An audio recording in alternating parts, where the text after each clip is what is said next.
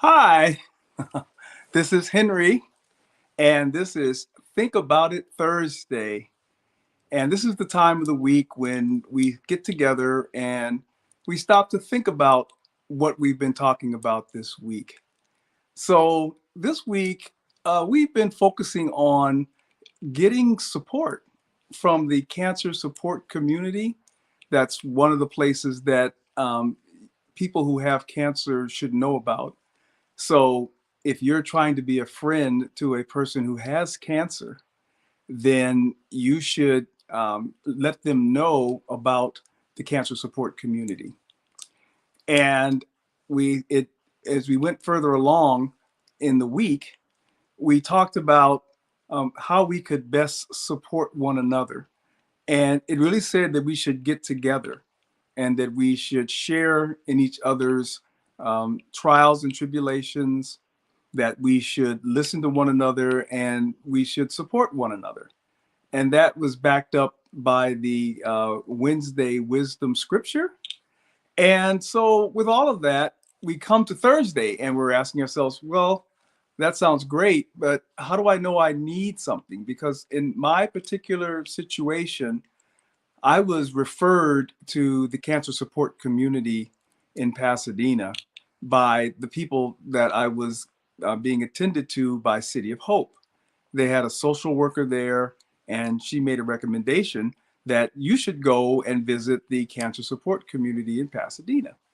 So we didn't know any different. So Vanessa and I said, sure, we'll go. We'll go see what's going on there. I have no idea what I'm going to find. But since they made the recommendation, then we're just going to go. So I was think it was in November of 2015 that we made our first visit to the cancer support community of Pasadena. And it was a very, what's the right word for it? It wasn't a formal setting. It almost felt kind of home-like. They had living room furniture in the greeting area. I think they had a piano. They did have a desk, but it was very homey. It felt very comfortable to be there. And we had to wait because we were going because we wanted to attend a particular session. They said we should show up and we should attend a session. So we waited and we were greeted by the program director there. And she said we should go on a little tour. So we went around and we saw the different places that they had. They offered workshops, they offered exercise programs, they offered all kinds of things that were to support people who have cancer and their family members. And they said that we should really, to get a sense of what's going on here, that we should really attend one of the sessions. And that's what we were there for. And they went on to explain that the way they did things, that they had two different sessions. They had sessions for cancer patients, and then they had sessions for their caregivers. And they said the reason why they did that was because cancer patients see this whole experience from their perspective, and caregivers see it from a different perspective.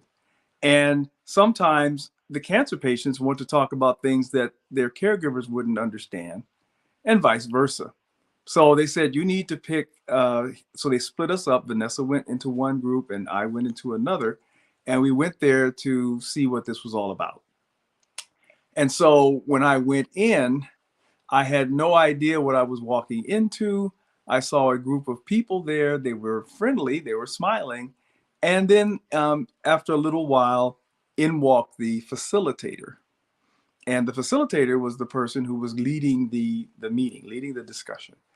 And so it started off with just some introductions, and people started to say what was their diagnosis and when did they get that diagnosis and how far along they were, obviously, in their treatment or what was going on. And so when I sat in and I listened to all of these different things, there was a variety of different cancers that had brought people to this meeting. And so it helped to open my eyes to see that there's a lot of people that were struggling with cancer. And this was a good place to just let people know what their struggles were. And it was very interesting. What I discovered was that we were part of a community that we didn't volunteer to get into, but we were part of the cancer community. And that meant that you had people there that understood what you were going through, and because they were going through it themselves. And it was a place where you felt comfortable to talk about your particular symptoms, your particular diagnosis, and people were opening up about their fears. And some were really concerned. There were others that were encouraging the others that were there.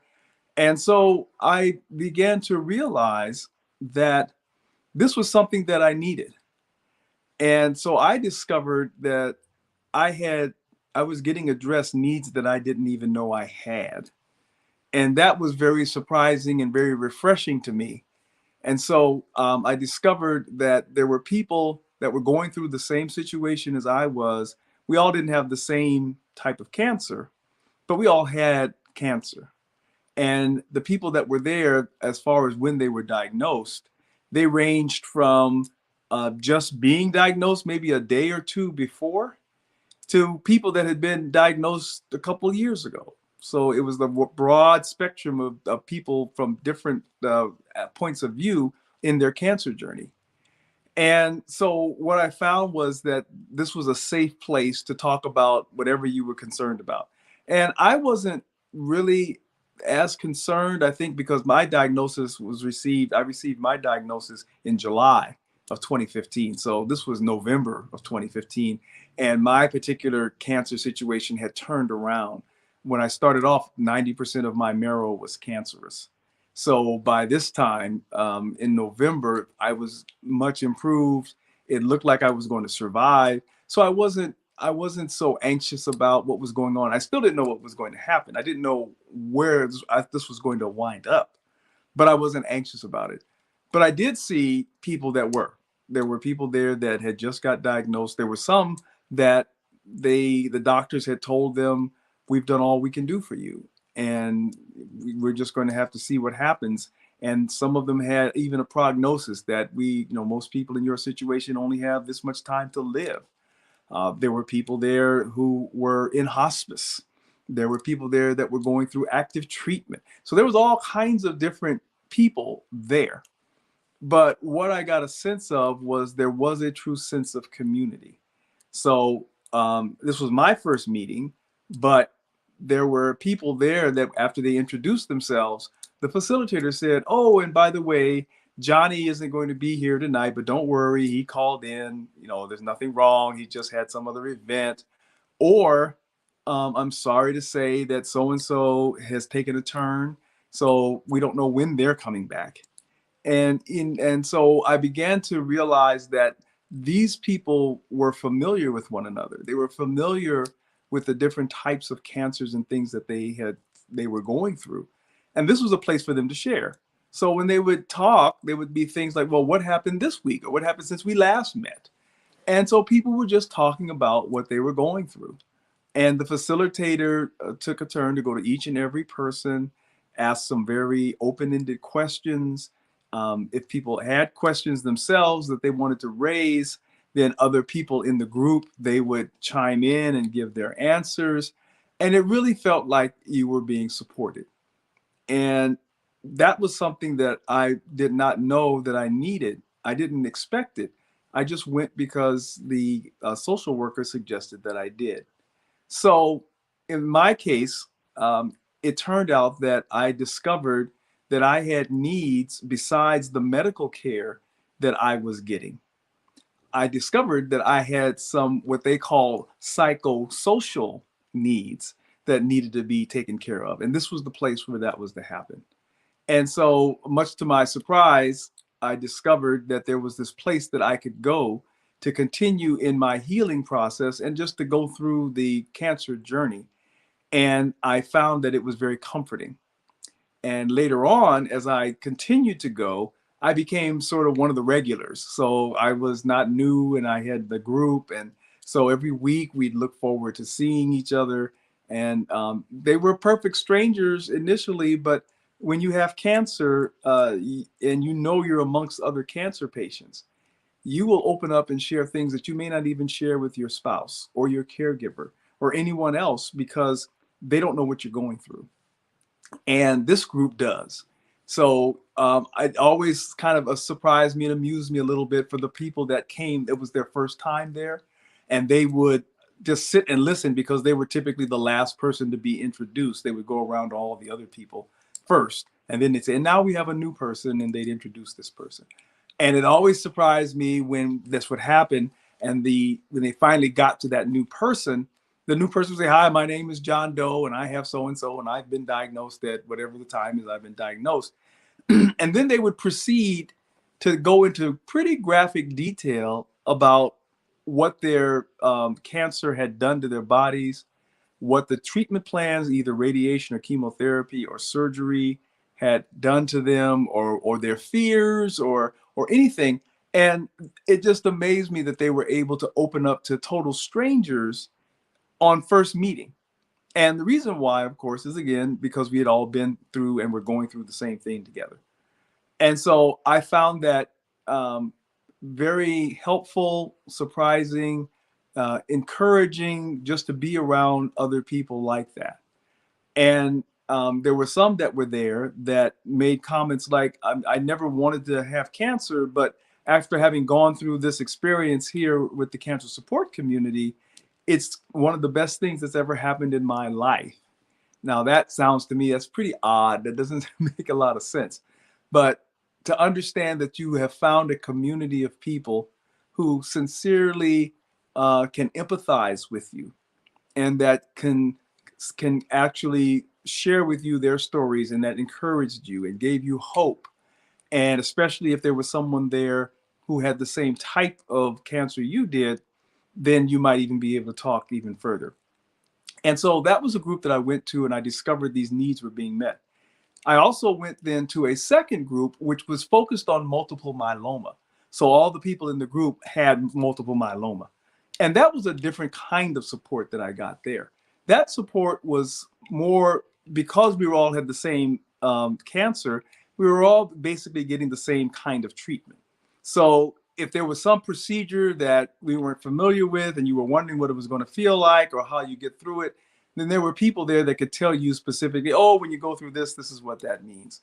They also had, they would also bring on guest speakers who came from the pharmaceutical or some other medical practice there, and they would share information sometimes on the latest treatments for multiple myeloma, some things about just exercise or diet or any kind of thing. So that second group, it was birds of a feather, but it was more an informative type of thing because you were all talking about the same thing.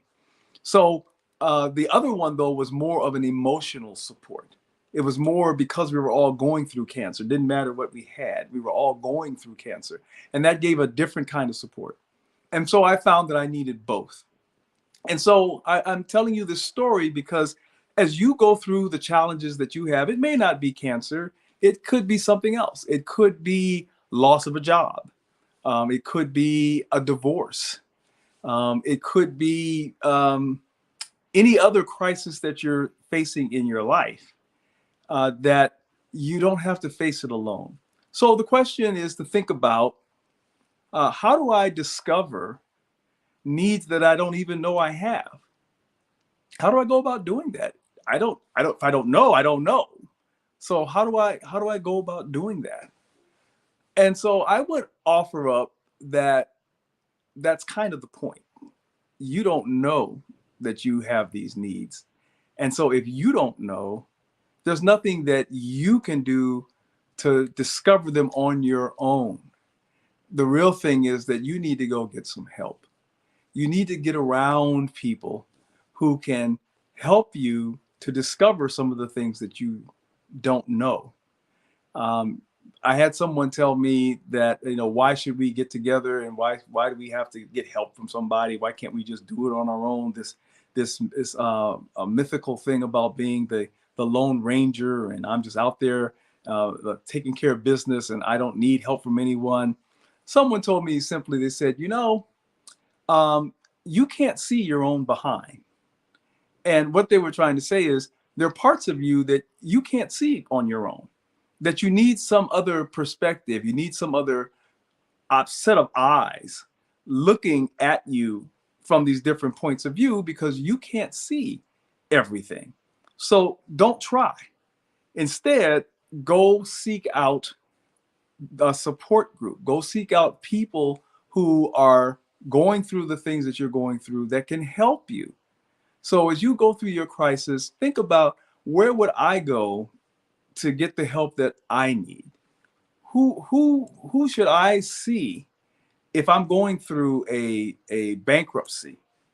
Who should I see if I'm going through an emotional breakdown?